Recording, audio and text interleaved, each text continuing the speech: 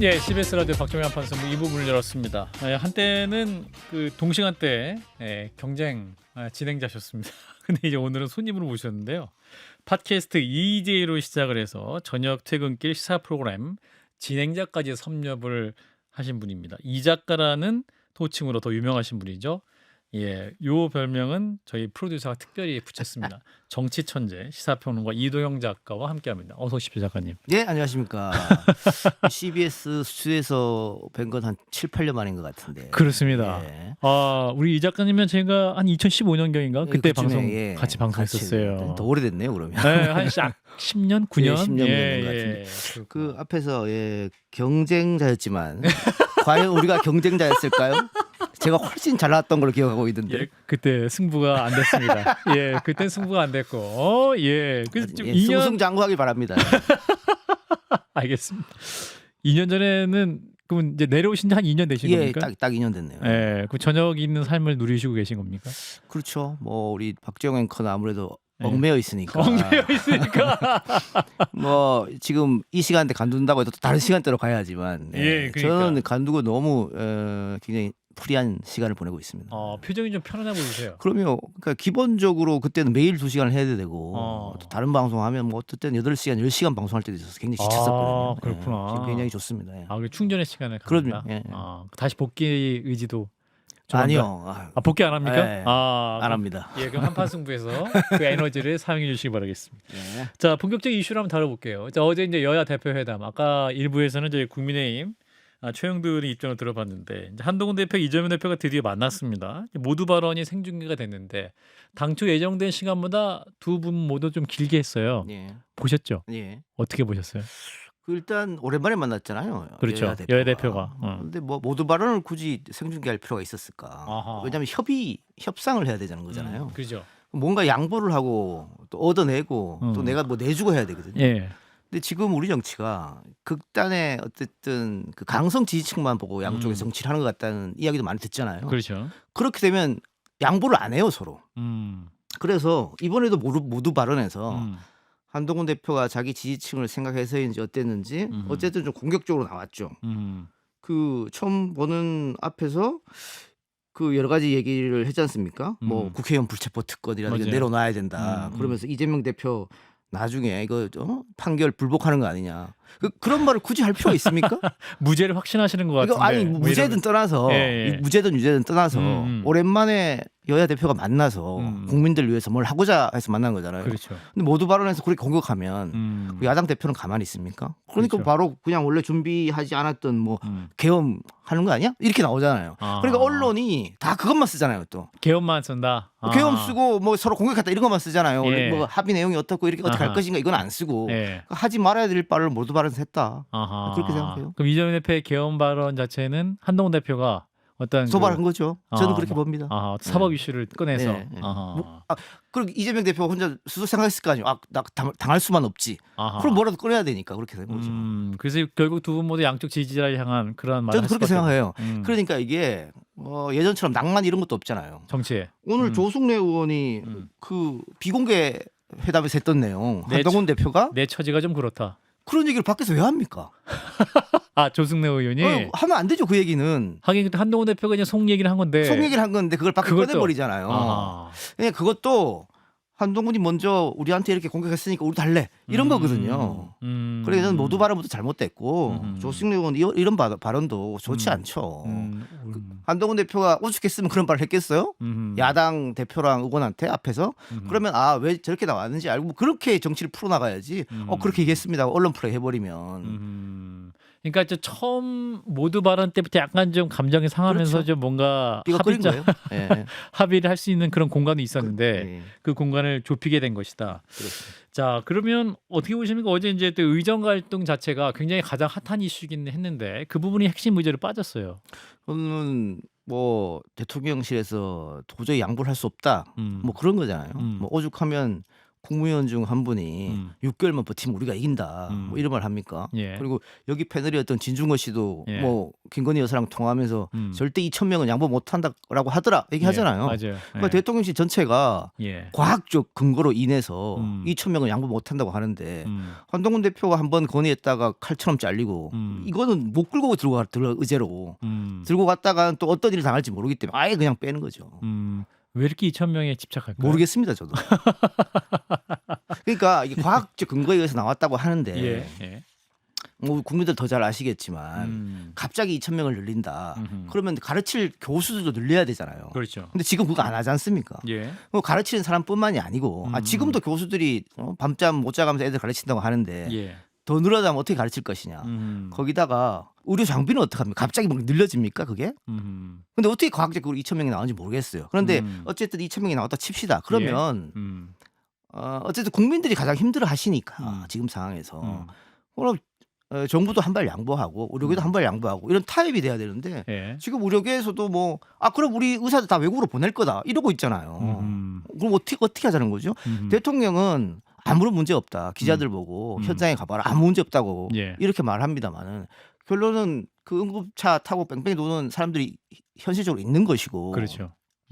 게다가 아무런 문제가 없다고 하는데 오늘 정부 발표는 군의관들을 응급실에 투입한다는 거지 않습니까? 맞아요. 문제가 없는데 왜 투입합니까?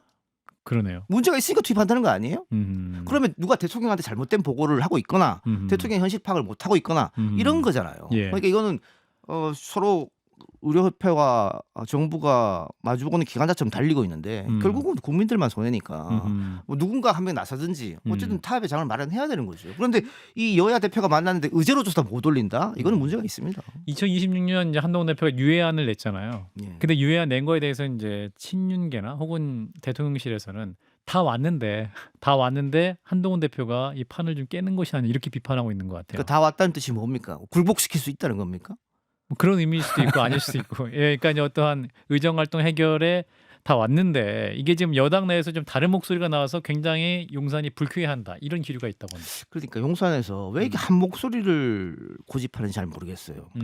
뭐 흔히 우리가 건전한 당청 관계 뭐 이렇게 얘기하지 않습니까? 그렇습니다. 예. 한 목소리 내는 게 건전하지 않잖아요. 왜냐하면 당에서 그 다른 목소리, 틀린 목소리를 낼 수도 있고 예. 용산에서도 잘못된 길을 갈 수도 있지 않습니까? 예. 그럼 서로 보완하면서 비판을 할 수 있어야죠. 예. 또 한 목소리 내는 거는 그 건전한 당청 관계가 아닌 거죠.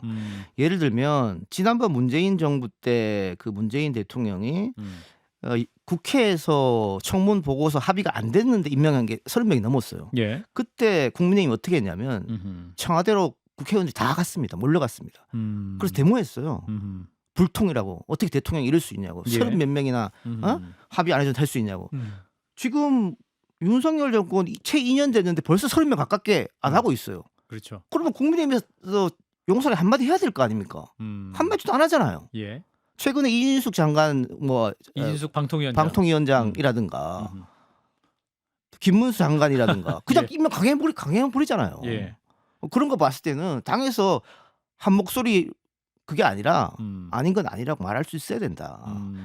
뭐 한나라당 시절에는 그래도 소장파 의원이라고들 있었잖아요. 그렇죠. 지금은 아무도 없어요. 좀 그런 거 보면 좀 답답합니다. 또 중요한 거는 문재인 정권 때도 그랬습니다. 협치가 잘 안 된다. 협치하게 했잖아요. 근데 기본적으로 협치는 정부 여당이 하는 거예요.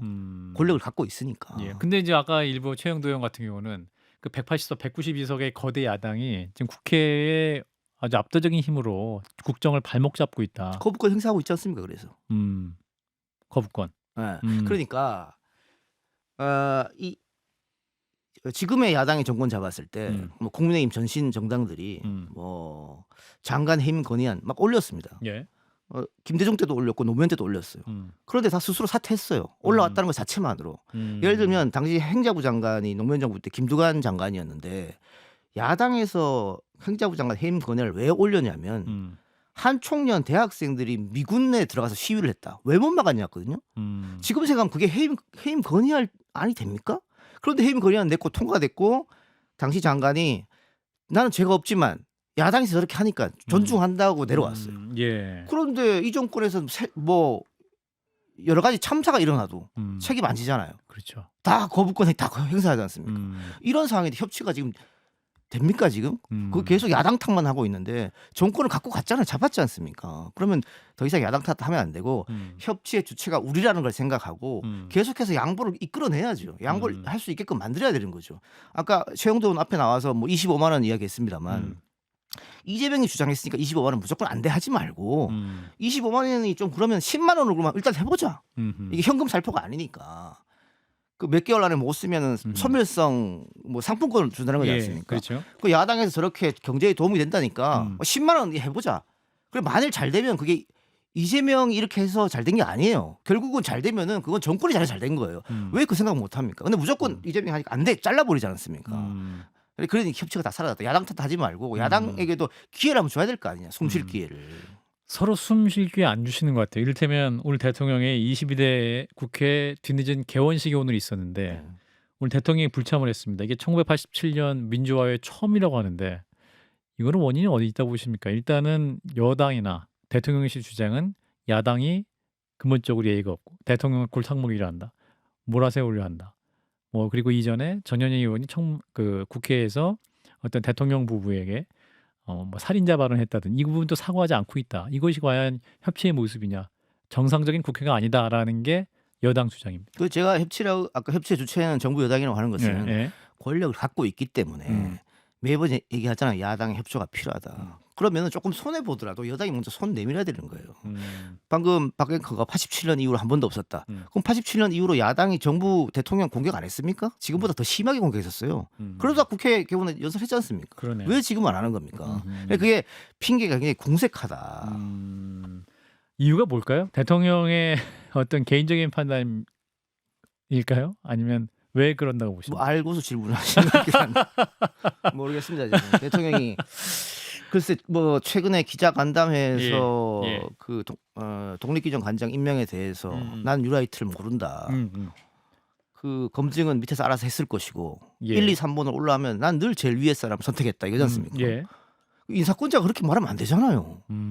그러면 밑에 사람들이 자기들 마음대로 1번에 제일 위로 올리면 아무나 임명한다는 얘기입니까 그게? 그러니까 지금 저는 왜 대통령께서 검찰총장 시절부터 혹은 그전 중앙지검장 시절부터 긴 보고서는 싫어하신다.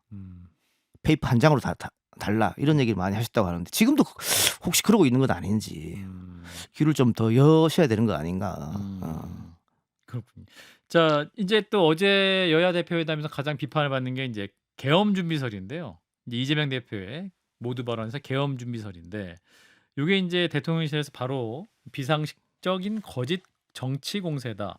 이재명 대표 직을 걸어라 이렇게 또 비판을 하고 있습니다. 이 부분은 어떻게 보십니까? 저는 뭐 계엄이라는 게 상식적으로는 어렵다고 봅니다. 뭐 국회가 뭐 계엄 반대 권한도 갖고 있기도 하고. 그런데 야당이 걱정하는 것은 국회의원들 뭐 연금, 체포 그러니까요. 이런 얘기를 하는 거거든요.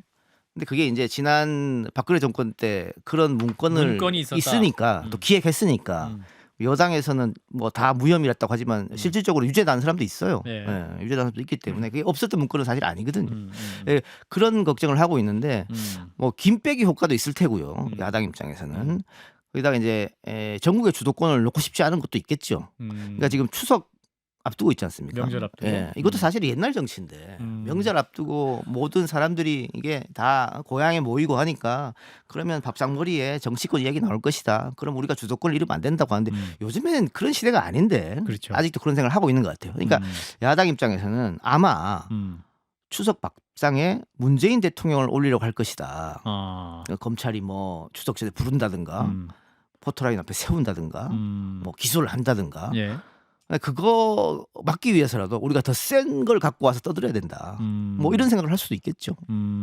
어쨌든 정치적인 행위를 하는 거니까. 김민석 최고위원의 발언이었거든요. 김민석 최고는 지난 정부 때 그 계엄 문건 본인이 빨리 가장 먼저 정보를 입수하고 당시 추미애 대표한테 제보한 사람이거든요. 뭐 그런 것도 있겠죠. 그럼 정보를 접한 소스가 있었을 것이다. 뭐 그런 것도 있을 수도 있고 뭐 알고 있는 게 있으시네요. 우리 하는 것도 있을 수도 있고 그런 거겠죠. 그러니까 차차 공개하겠다고 했기 때문에 이거 공개 안 할 수 없는 상황 돼 버렸거든요. 그러니까 이게 오늘 그 국방장관 청문회에서 나왔습니다만 특정 고등학교 출신들이 충암고. 예, 요직을 장악했다. 그러니까 여당 상임위원장이 아니 다른 고등학교도 4명 5명 있다. 근데 전체적으로 장성 중에 4명 5명을 얘기하는 게 아니고 핵심 권력 계엄을 할 수 있는 그 자리에 충암고 출신 4명이 다 갔으니까 문제라고 얘기하는 거거든요. 대통령도 충암고니까. 게다가 지금 공석이잖아요. 그 예. 국방장관 후보자가 예. 경호처에서 갔기 때문에 예. 그 경호처장도 충암고 출신이 하마평 오른다는 거 아닙니까? 경찰 출신인 충암고 출신. 그러니까. 예. 그래서 그러면은 충암고 출신들이 이렇게 다 요직에 앉아서 계엄을 할 수 있는 자리인데 이게 자기들끼리 이런 우려는 뭐 야당이 갈 수 있는 거죠 뭐. 근데 이제 그 문제 제기 자체가 좀 책임 있게 해야지. 계엄이라는 것도 굉장히 좀 지금 현재 저는 현실적으로 불가능하다고 봐요. 그 예전처럼 뭐 군인 출신 대통령이 된 것도 아니고, 그렇죠. 특정인들만 이렇게 모아서 할 수 있는 것도 아니고, 그렇게 계엄을 하려면 군대를 움직여야 되는데 요즘 장병들 휴대폰 다 갖고 있잖아요. 장병 움직이려면 다들 엄마한테 전화할 걸요. 아, 엄마 우리 계엄 동원되고 있어 이런 식의. 저는 불가능하다고 봅니다. 예. 자, 또 하나의 핵심 쟁점은 그 금투세 폐지 문제였는데 이재명 대표 경우에는 이 금융투자 소득세 폐지 문제에 대해서 긍정적인 부분도 있었기 예. 때문에 진성준 정치회장이 이분은 명확히 반대를 예. 해서 민주당내에서 정리가 안 된 부분이다. 그렇죠. 당내에서 정리가 안 된 부분이에요. 또 이재명 대표도 폐지보다는 유예에 조금 무게를 두고 있는 입장이고. 예. 그럼 이 문제도 그런 거예요. 민주당 내에서는 강경론자가 있긴 하지만 예. 대표가 조금 유연하잖아요. 그럼 여당에서 이걸 고리로 해서 뭐 다른 걸 하나 주고 이걸 얻으면 되잖아요. 예. 근데 안 주고 얻으려고 하니까 됩니까? 이게 안 되지? 예를 들면 최병 제3자 특검 민주당에서 3자 특검만 받는다고 했지 않습니까? 그럼 그거 던져주고 금투세 받으면 되잖아요. 그런데 그건 안 주고 금투세만 받으려고 해. 그 협상이라는 게 안 되는 거죠. 예. 누군가는 뭐라도 양보를 해야 될 거 아닙니까? 만약에 그러면 한동훈 대표가 최혜병 특검법 받았으면 예. 이재명 대표가 금투세 줬을 수 있다. 가능하다고 봅니다. 그게 아. 정치죠. 근데 지금 오늘 뭐 제가 방송 들어오기 전에 속보 보니까는 예. 뭐 국민의힘 당에서 아예 없던 일로 아, 그 이제 한동훈 표 최혜병 특검법이 뭐 사실상 철회된 것이 아니냐라는 뭐 이제 뭐 단독 보도 하나가 있긴 했습니다만. 그러니까 이게 원외 대표의 한계점이죠 이게. 원외. 예. 예. 원내 인사들이 원외 대표를 존중하지 않는다. 이준석 대표 때도 그랬잖아요. 그런 일이 똑같이 벌어지고 있다. 그럼 조승래 의원이 말했던 한동훈 대표가 내 처지가 좀 그렇다. 이게 입증이 된 겁니까? 그거 플러스 더 곤란한 거는 용산과 사이가 좋지 않다. 이준석 대표 때도 그랬네요. 그러니까 더 처지가 곤란하죠. 소위 말하는 영이 서지 않는다. 대표의 영이. 민주당과 다르잖아요. 예. 그런 게 있죠. 자, 이제 한동훈 대표 얘기를 좀 해보면 이제 한 달 반 정도 지났습니다. 그 집권 여당의 대표가 된 상황인데, 예, 지금까지 보시면 어떠신가요? 작가님께서 보시기에 여당의 강력한 대선 주자이기도 하고 여러 가지 한동훈 리더십에 대한 기대도 있고 우려도 있었습니다만 지난 한 달 반 총선에서 대패했지 않습니까? 비대위원장으로서 책임을 져야죠. 그런데 곧바로 돌아왔지 않습니까? 대표를 예. 한다고. 그러면 생각이 있었을 거예요. 음. 내가 비대위원장으로 한동훈 이름을 걸고 총선에 나섰는데 대패했다. 물론 네. 용산의 잘못이 더 크죠.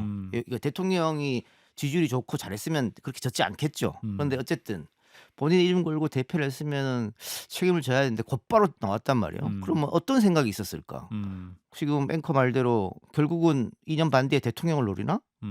그래서 당대표 2년하고 나머지 준비기간 거치고 그러면은 이렇게 수동적으로 가서는 안 됩니다. 각을 세워야 돼요. 용산이랑. 초반부터 세워야죠. 지금 세우고 있는 거 아닙니까? 지금 뭐 이게 세웁니까? 용산에서 한마디 하면 바로 오늘 얘기했다가 내일 접어버리는데. 아, 그런가요? 지금 이 의료 문제도 한번 얘기했다가 의정 갈등. 그죠? 의정 갈등도 접었죠. 예. 최병 이야기도 본인이 당대표 때 꾸준히 얘기했던 거잖아요. 제3자 특검법 내겠다. 그렇죠. 지금 또 접었잖아요.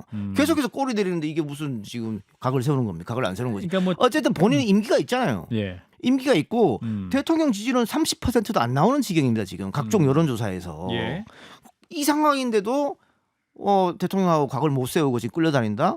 그럼 저는 한동훈 대표 미래는 쉽지 않다고 봐요.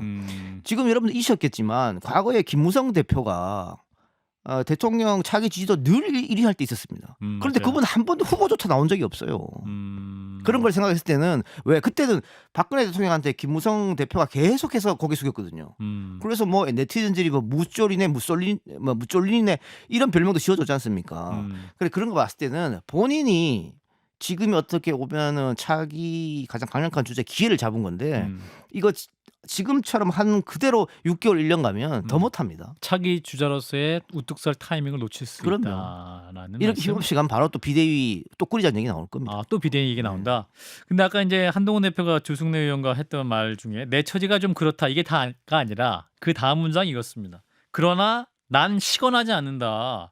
법안을 준비하고 있다. 이렇게 또 한동훈 대표가 말했다는 거 아닙니까? 그러니까 이제 한동훈 대표 입장에서도 한다면 한다라는 걸 보여주고 싶을 것이고 본인도 당대표 공약이기도 했기 때문에 이 부분은 그래 책임지려고 하지 않을까. 아까 나온 보도 자체도 오보일 가능성도 있고 아직까지는 공식 입장. 지켜봅시다. 근데 제가 봤을 때는 예. 지난 총선 때도 그랬고 그런 모습을 전 보지 못했어요. 그러니까 본인이 한번 용산과 대립각을 세우는 모습 보였다가 예.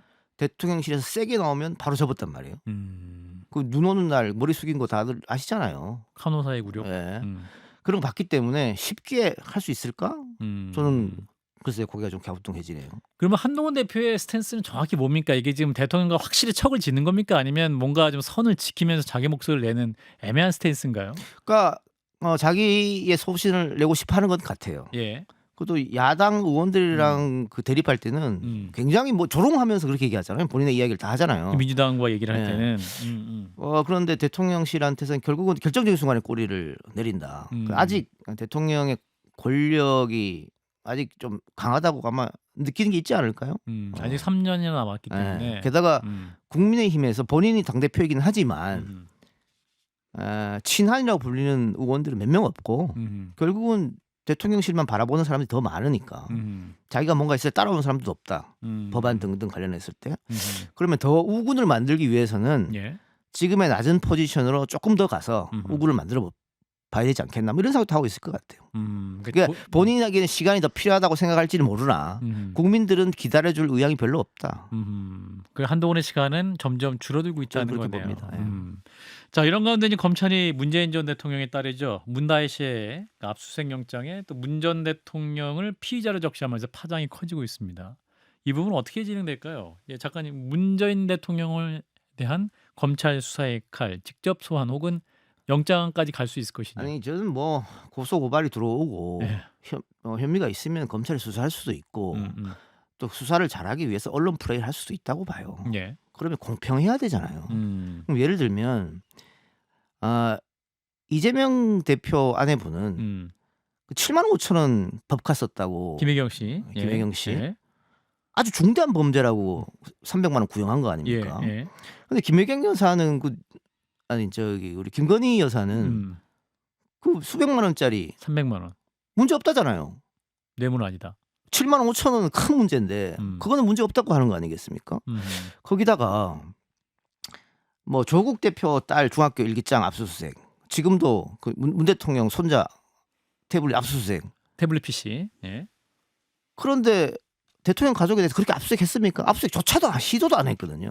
이게 너무 형평성이 맞지 않는다. 이거는 지금 물론 검찰은 그 손자 태블릿 PC를 압수수색한 거 아니라고 하지만 예. 이거 말장난이거든요. 손자 그 PC 압수수색하지 않았다고 하는 것은 학습 태블릿 PC예요. 우리도 아이 키웁니다만은 학습지에서 주는 거 있습니다. 맞아요. 그건 당연히 안 하죠. 예. 그거 말고 손자가 가지고 있는 것 중에 그 엄마가 지메일 이메일이 있다. 뭐 계정. 그건 미성년자니까 엄마가 이메일을 해주죠. 뭐 그렇겠죠. 그걸 핑계를 대서 압수수색 해놓고는 압수수색 안 했다고 그 거짓말하면 어떡합니까? 그러니까 저는 너무 검찰이 이 권력을 좀 남용하고 있다. 근데 결국은 남용하는 이유는 뭐냐? 망신주의 해야 될 거 아니에요. 아까 제가 말한 것처럼 추석 밥상 전에 뭔가 큰 액션을 취할 것이다. 공개적으로 부르든가 소환을 하든가 뭐 기소를 하든가 하겠죠. 예. 지금 한 40초 남았는데요. 이 작가님 유튜브 연장 방송 한 5분만 더 해도 될까요? 뭐 그럽시다. 알겠습니다. 예, 밖에서 제작진이 좋아하고 있기 때문에 자, 일단 10월 재보선이 약 한 달 앞으로 다가가는데 요 선거도 네. 서울시 교육감 선거가 또 생기기 때문에 이게 예. 좀 의미 있을 것이다 그러는데 그렇죠. 어떤 의미가 있을까? 한 20초 남았는데 예, 라디오는 아니 그 지난번 재보궐 강서구 재보궐에서 용산의 실수로 여당이 참패했죠. 예, 그 연장선상으로 그 총선까지 졌거든요. 그러니까요. 이게 과연 민심의 바로미터이기 때문에 보궐이 또 어떻게 될지 봐야 됩니다. 아하. 시간이 없으니까 그러면 연장 방송에서 연장 방송에서 그 얘기를 하도록 하겠습니다. 이동영 작가 함께하고 있어요. 예. 자, 한판 승부 연장전. 예. 딱 5분만. 실제로는 한 10분만. 자, 이동영 작가님과 함께하고 있습니다. 자, 자, 10월 재보선. 예. 유튜브니까 좀 쉽게 좀 쉽고 간단하고 더 이렇게 막말은 안 되고. 막말 안 돼. 예, 저 자세히 바뀌었어요. 괜찮아요. 네, 자, 어쨌든, 10월 좀 재보선. 쉽게. 예, 10월 재보선. 그 10월 재보선이 사실은 이게 지역적으로 민주당이 강세 지역, 국민의힘이 강세 지역 이렇게 나눠 있었잖아요. 그렇죠. 그러다 보니까 부산 있고 네. 호남 군수 있고 강화 강화. 이렇게 있으니까 네. 그럼 뭐 2대 1로 가겠지 뭐. 중요한 게 아니네. 예. 뭐 이렇게 됐거든요. 이렇게 됐다. 근데 이제 교육감 선거가 끼면서 서울시 교육감 조희영 예. 교육감 대법원 판결을 받으면서 판이 커졌어요. 판이 커졌고 그 국민의힘에서 호남에 뭐 군수는 못 가져오겠죠. 그렇죠. 그거는 아마 민주당과 조국 혁신당의 싸움이라고 보고. 그러면은 이제 강화하고 부산은 어떻게 되느냐 금정구. 근데 부산은 민주당 입장에서 어렵다고 보고 강화는 지금의 상황에서 해볼 만하지 않느냐. 아, 그런가요? 네. 왜냐하면 강화 군수 후보가 국힘에 많아요 지금.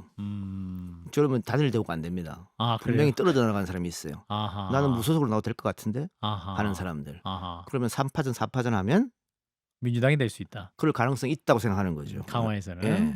그리고 대통령 지지율이 너무 안 나오고 또 보궐선거이기 때문에 투표율이 떨어질 것이고 예. 투표율이 떨어졌을 때 가장 많이 투표장을 불러들이는 것은 응징이거든요. 아 윤석열을 응징하고 싶은 사람이 많을 것이다. 그러면 총선 때 응징했는데 또 응징. 아 그럼요. 왜? 계속 응징. 안 바뀌잖아요 대통령이. 강서 보궐에서 응징을 했는데 총선에서 안 바뀌었잖아. 계속 응징이죠 뭐. 그래서 제가 아까 본방송에서 예. 국민의힘에서 용산에 좀 얘기를 해야 된다. 아닌 건 아니라고. 그게 왜냐 계속 이렇게 가면요. 다음 지방선거도 국민의힘은 참패입니다. 또 참패예요. 걱정해 주시는 거죠? 나라가 잘 돼야 될 거 아닙니까? 나라가 잘 돼야 누가 이기고 지고를 예. 떠나서 그러니까. 대통령이 좀 바뀌어야 돼요. 근데 안 바뀌고 있으니까 네. 안 바뀌면은 또 응징하러 사람들이 나올 수밖에 없다는 거죠. 그럼 이제 10월 재보궐선거. 네.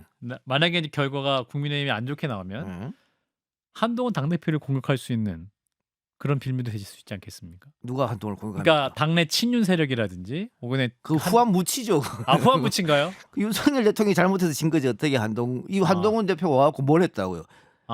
재보궐에서 이기고 지고는 한동훈의 탓이 아니에요. 책임은 한동훈 책임은 아니요. 절대 나올 수 없다. 그렇게 덮어쓰려고 하겠지만 예. 국민들도 알 겁니다. 만약 그렇게 하면. 한동훈 책임 아니다. 만약에 게다가 교육감 선거는 예. 사실은 지금 진보 쪽에서 후보가 찾고 있는데 예. 잘 없어요. 이번에 예. 조의원의 대안이 없다. 왜냐하면 이게 조건이 좀 까다로워. 정당인이면 안 돼요. 그동안 정당인이었으면 예. 안 되고. 아니 이제 1년인가 뭐 있어 기간이. 맞네요. 그러니까 지난 총선에 출마했었던 분들은 다 못 나와요. 맞네요. 그러니까 뭐 민주당 입장에서는 뭐 박경미라든가 이런 분들 있잖아요. 딱 교육 전무하고 좋잖아. 근데 안 돼. 정당이 있기 때문에. 예. 게다가 서울에 저걸 두고 있어야 돼. 주소지를. 뭐 윤회 이런 사람들 안 돼. 경기도 저걸 두고 있으니까. 그래도 지금 찾기가 쉽지 않아요. 정당에 1년 동안 가입한 적이 없고 서울에 살고 있고 네. 그리고 인지도도 있어야 되고 교육 경력이 있어야 되고 예. 쉽지 않습니다. 잘 없어요. 고민 많이 하셨네 우리 이동 기자. 거의 공천관리위원장같이 고민 많이 하셨네. 그래서 민주당 내 고민이 많다. 현재. 고민이 많다. 그러나 보수 교육감이 이기기는 쉽지 않을 것이다. 하긴 근데 그 여태까지 서울시 교육감 선거를 보면 진보 교육감이 되게 승리를 한 그렇죠. 경우가 많았잖아요. 또 보수 교육감이 단일화가 잘 안 돼서. 하긴 또 서로 되면 나갈 수 있기 때문에. 그리고 제가 지금 보수 교육감 준비하신 분한테 충언을 드리자면 이번에 나와서 또 뭐 정교조 얘기하고 그러면 또 집니다. 정교조 얘기하고 무슨 뭐 빨갱이 얘기하면 또 져요. 그거밖에 없지 않아요? 제가 이 작가를 웃겼어요. 교육 정책을 얘기해야죠. 무슨 종교도 얘기하고 언제적 종교적 언제적 빨갱이면 그렇게 얘기하면 안 돼. 또 집니다. 또 진다. 그래서 교육감 선거는 뭐 진보 쪽에서 어렵지 않게 이길 수 있을 것 같고 다만 이제 지금 오늘 조국당에서 얘기한 거는 조국 혁신당에서 얘기한 거는 9개의 현장 일정을 소화하면서 호남 민심을 얻기 위한 조국 혁신당의 뭐, 행보. 호남에서는 민주당하고 경쟁해도 된다고 생각해요. 그건 뭐 문제 없다. 문제 다만 없다. 이기긴 쉽지 않을 것이다. 못 이깁니까? 예. 그러니까 지난번에는 지민비죠. 지난번 총선 때 호남에서 잘 나온 거는 어쨌든 국힘이 여기서 이 지역에서는 좋은 성적을 못 얻는다는 호남 분들의 인식 바탕하에 된 거예요. 근데 지금은 만일 이재명 대표부터 시작해서 호남 가서 우리 당 도와주십시오 하면 조국 혁신당이 민주당 이기기 어려워 쉽지 않아요. 근데 어쨌든 거기는 그렇고 오늘 조국 혁신당 얘기는 그거잖아요. 인천에는 강화에는 후보 내지 않겠다. 부산에서는 내서 1대1 하겠다. 금정구청. 예. 예. 그러니까 그건 민주당 보고 양보해달라. 이런 걸로 읽혀져요. 읽혀지는데 민주당이 아까 제가 말씀드렸다시피 어쨌든 지금 국민의힘도 그렇고 민주당도 그렇고 적극 지지층을 많이 바라고 정치하는데 후보 양보해 줄까요? 불가능합니다. 불가능한 예. 얘기다. 그러니까 뭐 단일화. 그래서 여론조사를 위한 단일화 이건 가능하겠죠. 일방적 양보는 어렵다고 봐요.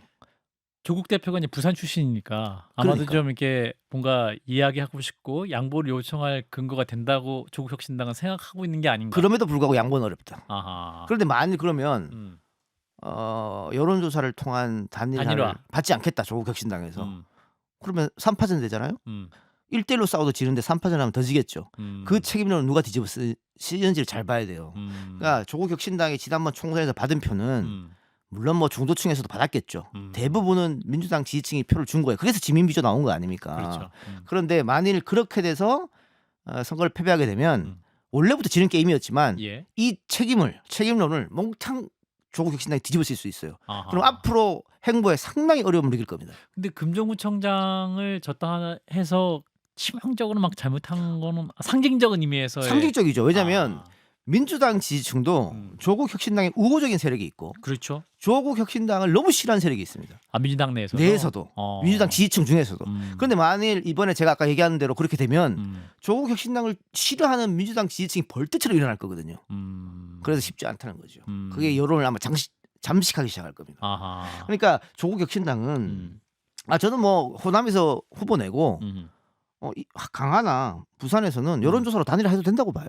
된다고 보고 어쨌든 조국 혁신당이 그 이 당을 만들면서 지민비조 이야기도 하고 쇄빙선 얘기도 했잖아요. 검찰 개혁의 쇄빙선이 어. 되겠다. 그리고 윤석열 정권 무너뜨리겠다. 일성 얘기했잖아요. 예. 그런데 구청장 자리 차지해서 윤석열 정권 무너뜨린 건 뭔 상관이 있습니까? 그러니까 지금 생각이 좀 바뀌어졌다. 우리도 풀뿌리 민주주의를 하겠다. 정당이니까 각 그 전국 지역에 좀 우리 지역 조직도 다지고 하겠다. 예. 이 생각으로 지금 바뀐 것 같아요. 그런데 이 정당 만들 때 아마 가만히 생각해 보십시오. 100년 정당 가려고 만든 거 아니잖아요. 소위 말하는 프로젝트 정당으로 만들었다고요. 그리고 조국 대표도 지금 또 판결을 기다리고 있는 상황이죠. 대법원 판결 네. 남았다. 그런 상황에서 지금 이렇게 간다고 하면 욕심 너무 낸다. 욕심도 내고 어떤 의심이 드냐면은 예. 당내에 조국 대표랑 다른 생각을 가지고 있는 사람들이 조국 대표를 밑에서 흔들고 있구나. 옛날 당 생활 해봤던 민주당 정의당 생활 해봤던 사람들이 조국 대표에게 우리 독자적으로 이렇게 가야 됩니다. 판을 키워야 됩니다. 이렇게 흔들고 있지 않을까? 이게 지금 다 특정이 되는데요. 정의당 생활을 했던 정치 경험이 있는 의원 한 분인데. 아니 민주당도 민주당도 청와대 있던 사람들 그분들이 우리 쇄빙선 말고 우리도 독자 정당 키워서 2년 뒤에 있을 지방선거에도 우리 민선 우리 후보 내고 뭐 서울시장 후보도 한번 내보고 합시다라고 하는 사람들이 분명히 있을 것이다. 근데 이제 그래도 이제 그 정당 공당이기 때문에 그분들 입장에서는 조국 대표를 뭐 언제든지 어떤 잠재적인 대선 후보로 생각하는 것일 것이고 그런 의미에서 좀 뭐랄까 전국적인 기반을 다져야겠다고 생각은 할 수도 있는 거 아니에요? 그래서 제가 얘기했잖아요. 맨 처음에 당 만들 때 그런 생각했냐고. 프로젝트 정당이었다. 맨 처음에 만들 때 그런 생각 안 했잖아요. 그랬나요? 그분들은 우리는 원래부터 수권 정당 할 생각이 있었다 이렇게 주장. 지민비조를 외치지 말았어야죠. 왜 이제 생각 바뀌었냐? 네. 그런 부분에 이제 민주당 지지층 중에 강성 지지층이 또 공격받을 수 있는 여지가 있겠다. 여지가 있죠. 저는 뭐 조국 대표가 나중에 대권 도전을 한다. 그럴 수 있다고 봐요. 정치로 들어왔으면 당연한 거 아니겠습니까? 대통령 꿈을 꿀 수는 있다. 그런데 내가 얻는 게 있으면 잃는 게 분명히 있어요. 그러니까는 지금 박앵커 말처럼 우리도 정당인데 지방선거에 후보 내고 우리도 뭐 조직 만들고 왜 못하느냐. 그러니까 그럴 수 있는데 그렇게 하면 우군이었던 민주당 지지층이 확 빠져나간다. 그 생각을 하라는 얘기예요. 그러니까 정의당이 왜 망했는지 생각해라. 정의당이 민주당 이중대 하기 싫어 하고 국민의힘 이중대 한 거 아니야라고 민주당 지지층 생각하거든. 그래서 망한 거거든요. 예. 그러니까 지금 우호적인 민주당 지지층을 일부러 떨어뜨릴 필요가 없다는 얘기죠. 그렇다고 국힘 지지층이 조국 정당으로 오겠습니까? 뭐 이준석 정당 개혁신당에서 조국한테 오겠습니까? 안 옵니다. 내 지지층이 어디 있는지를 봐야죠. 근데 이제 정치는 실익이니까. 조국혁신당 입장에서는 지금 이제 이분들이 얘기했던 게 교섭단체 요건을 좀 완화해달라. 12명인데 한 10명 정도 완화하면 우리도 교섭단체가 되면 민주당이 더 좋다. 네. 이런 주장을 했지 않습니까? 네. 근데 그런 부분에서 이제 민주당이 좀 더 적극적으로 나서주지 않기 때문에 네.